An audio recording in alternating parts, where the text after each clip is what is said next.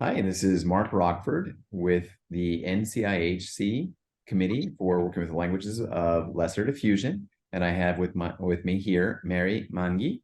Mary, why don't you tell us a little bit about yourself? Thank you so much, Mark, for having me. My name is Mary Mwangi. I am in Kenya and I am a Swahili interpreter. So I had a great passion for languages. That's how I started. So when I was growing up, I didn't know that there was something like interpretation or translations. But I loved languages a lot. So I wanted to become a teacher so that I could teach languages. So I went towards that. When I graduated, I became a teacher. But then as time went by, I learned about translations. I started from there. And then I came to learn about interpretation. And when I got this, I knew this was my place. And this is what I always wanted to do. So I was very happy. And I'm very happy to be a Swahili interpreter. Well, that is awesome. What is it you Yeah. enjoy about interpreting? Yes. What, Okay. what is it that you most enjoy? Oh, um, I enjoy every time I'm able to help people communicate their thoughts or probably get help. For example, someone want to say something, they need help, and I'm able to interpret what they are saying, and they're able to communicate. That makes me very, very happy. Well, that is awesome. What are some of Yeah. the challenges you face working with Swahili and English? Yeah, there are a lot of challenges that we face, like, for example, lack of terminologies. The terminologies that are available in English, in most cases, you find that they are not there in Swahili language. And these are a great challenge, especially if you're a new interpreter, because you don't know what to do. A word is there, it's not available in your language. So sometimes it's a little bit confusing. We also have like another challenge is being accused of not conveying the full message or adding to it. And this brought about by the fact that most of the Swahili sentences are so long. It's actually like a paragraph, but for the English language, it's very short.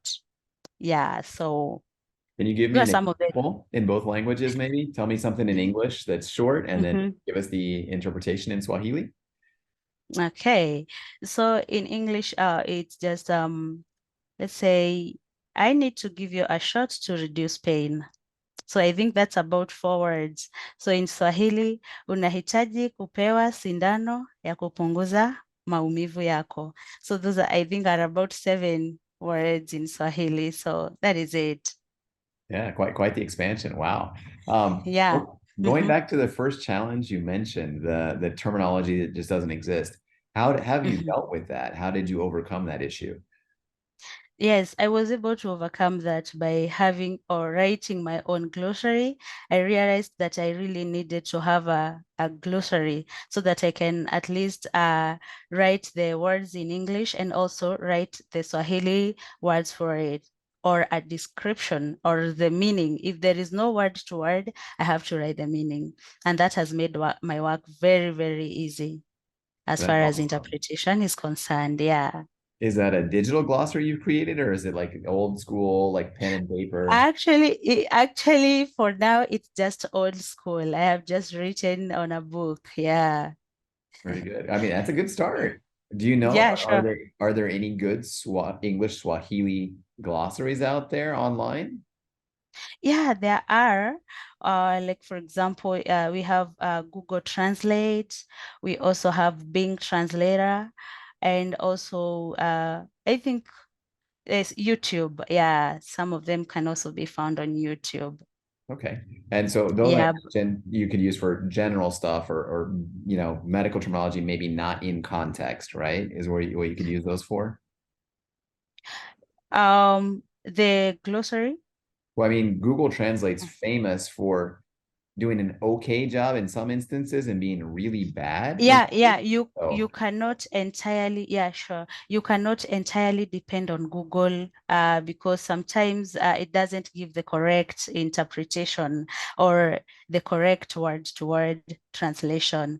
Yeah, so you have to do a lot of research, interact with people who speak the language, maybe in different regions or in different contexts, so that you understand better.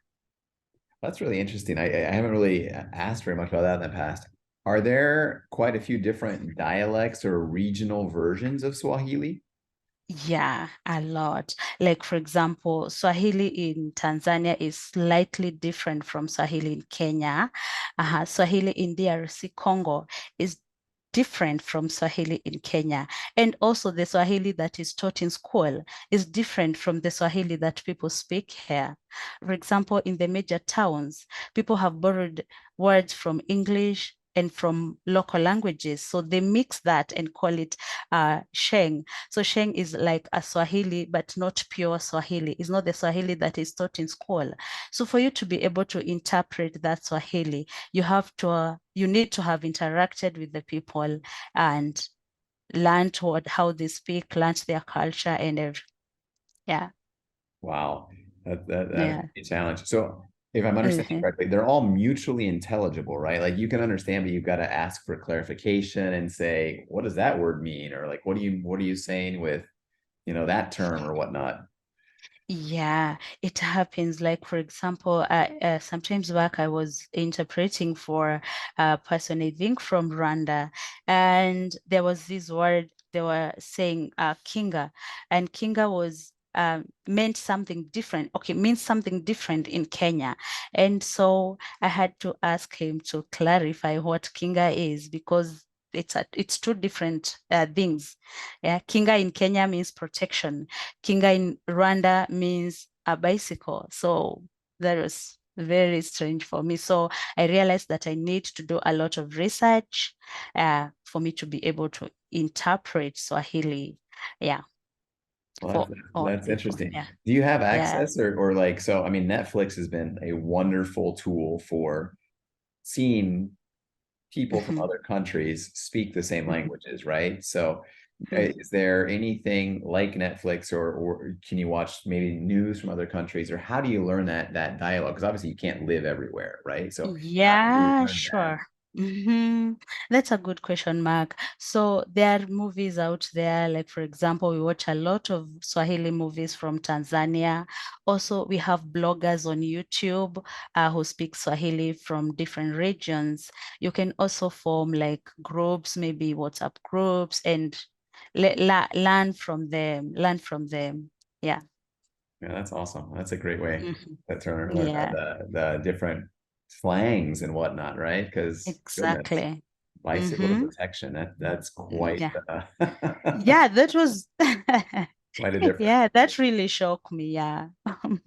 Okay. Yeah. Um, well, have you ever had the difficult situation where Mhm.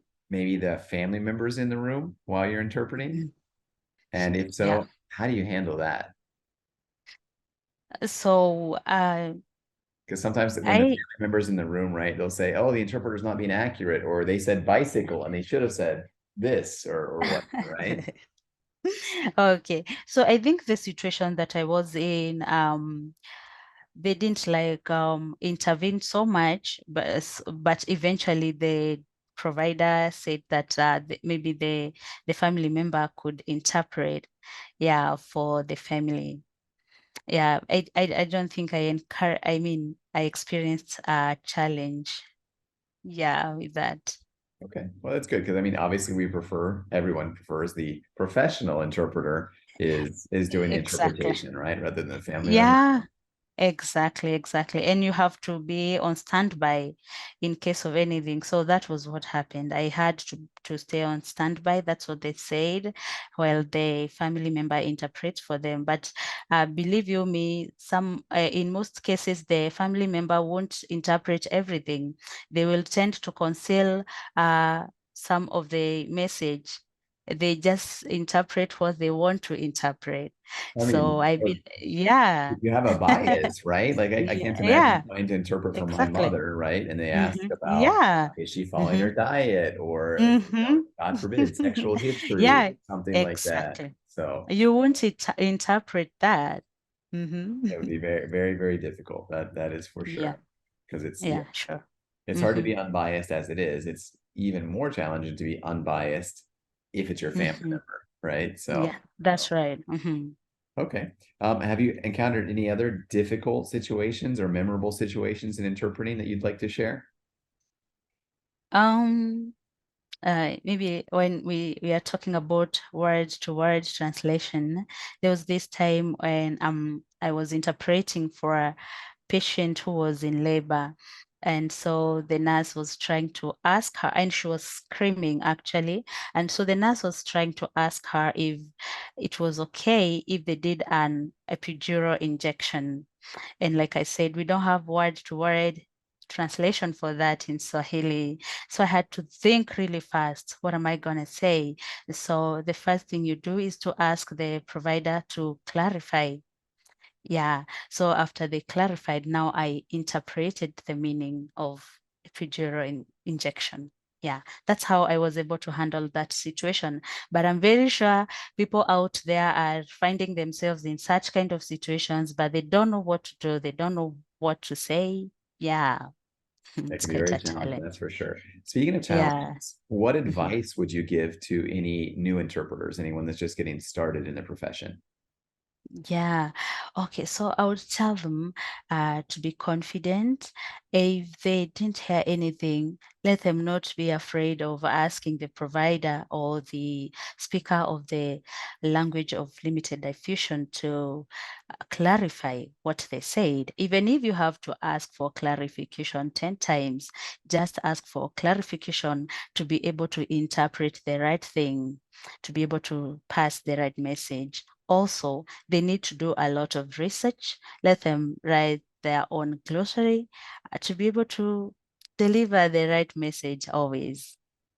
Very good. Yeah. That's awesome advice. Well, Yeah. Marty, Mhm. go ahead. Mhm. You say something else? I don't, not really. Okay, cool. Well, thank you so Mhm. much for your time. Mhm. We really appreciate you Mhm. being available for this interview. Yes. You're welcome, and thank you so much, Mark, for having me today.